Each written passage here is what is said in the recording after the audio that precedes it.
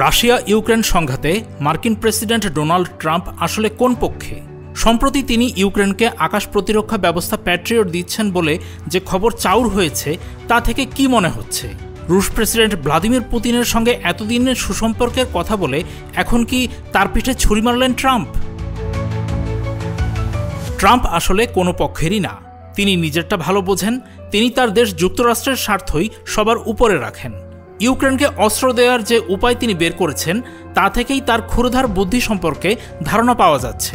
NATO জোটের ইউরোপীয় সদস্য দেশগুলোকে তিনি বলেছেন তারা যেন তাদের নিজস্ব আকাশ প্রতিরক্ষা ব্যবস্থা ইউক্রেনকে দান করে দেন। তারপর যুক্তরাষ্ট্রের কাছ থেকে প্যাট্রিয়ট সিস্টেমটি নতুন করে কিনে নিতে বলেছেন। একেই বলে ব্যবসায়ীর বুদ্ধি। এখন কোন দেশ তাদের প্যাট্রিয়ট ক্ষেপণাস্ত্র ব্যাটারির মতো মূল্যবান অস্ত্র সম্ভার ইউক্রেনকে দান করবে তা নিয়ে ইউরোপে চলছে ভাবনা চিন্তা। এমনিতে প্যাট্রিয়ট আকাশ প্রতিরক্ষা ব্যবস্থাটি খুবই দামি। মার্কিন মিত্র দেশগুলোর কাছে সিস্টেমটির চাহিদা আকাশ ছোঁয়া। ইউক্রেনের শহরগুলো লক্ষ্য করে রাশিয়ার ছোড়া ব্যালিস্টিক ক্ষেপণাস্ত্র ঠেকাতে সিস্টেমটি বেশ কাজের বলে প্রমাণিত হয়েছে। গত 14 জুলাই ট্রাম্প জানিয়েছেন ন্যাটোতে পাঠানোর জন্য সবচেয়ে সেরা অস্ত্র তৈরি করছে যুক্তরাষ্ট্র। কিছু প্যাট্রিয়ট ক্ষেপণাস্ত্র প্রতিরক্ষা ব্যবস্থা কয়েকদিনের মধ্যে ইউক্রেনে পৌঁছানোর কথা। ট্রাম্প আরও জানান তার মেক আমেরিকা গ্রেট অ্যাগেইন আন্দোলনের কয়েকজন শীর্ষস্থানীয় ব্যক্তি এমন সিদ্ধান্তের বিরোধিতা করেছেন। তারা ইউক্রেনের প্রতি মার্কিন সমর্থনের বিরোধী। পুতিনকে নিয়ে ট্রাম্পের ভাবনা চিন্তায় পরিবর্তন এসেছে বলে মনে করা হচ্ছে, কারণ ইউরোপীয় মিত্রদের সঙ্গে প্রস্তাবিত চুক্তি অনুযায়ী অতিরিক্ত আক্রমণাত্মক অস্ত্র পাঠাতে যুক্তরাষ্ট্রেরও ইচ্ছা আছে বলে ইঙ্গিত পাওয়া গেছে।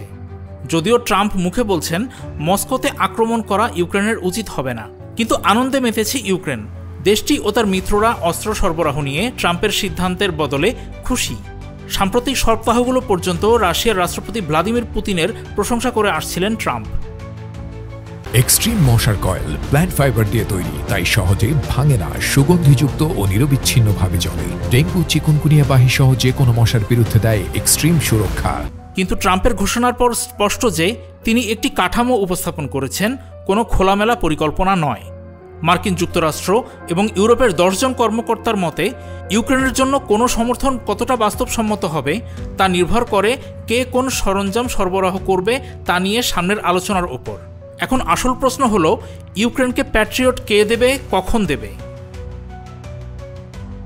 Finland, Denmark, Sweden, Norway, Netherlands এবং কানাডা এই 6টি ন্যাটো দেশের ব্যাপারে ট্রাম্প বলেছিলেন তারা অস্ত্র কেনার প্রকল্পে অংশ নিতে রাজি ছিল। এর মধ্যে 2টি দেশের দূতাবাসের উচ্চপদস্থ সূত্র মার্কিন সংবাদ মাধ্যমকে জানিয়েছে তারা পরিকল্পনাটি ঘোষণার সঙ্গে সঙ্গে ব্যক্তিগতভাবে জানতে পেরেছে। আরেক ইউরোপীয় রাষ্ট্রদূত বলেছেন আগে থেকে কাউকেই কিছু জানানো হয়নি তা তিনি নিশ্চিত। সবাই এখন যার যার মতো করে পরিকল্পনাটির মানে ভেবে নিচ্ছে।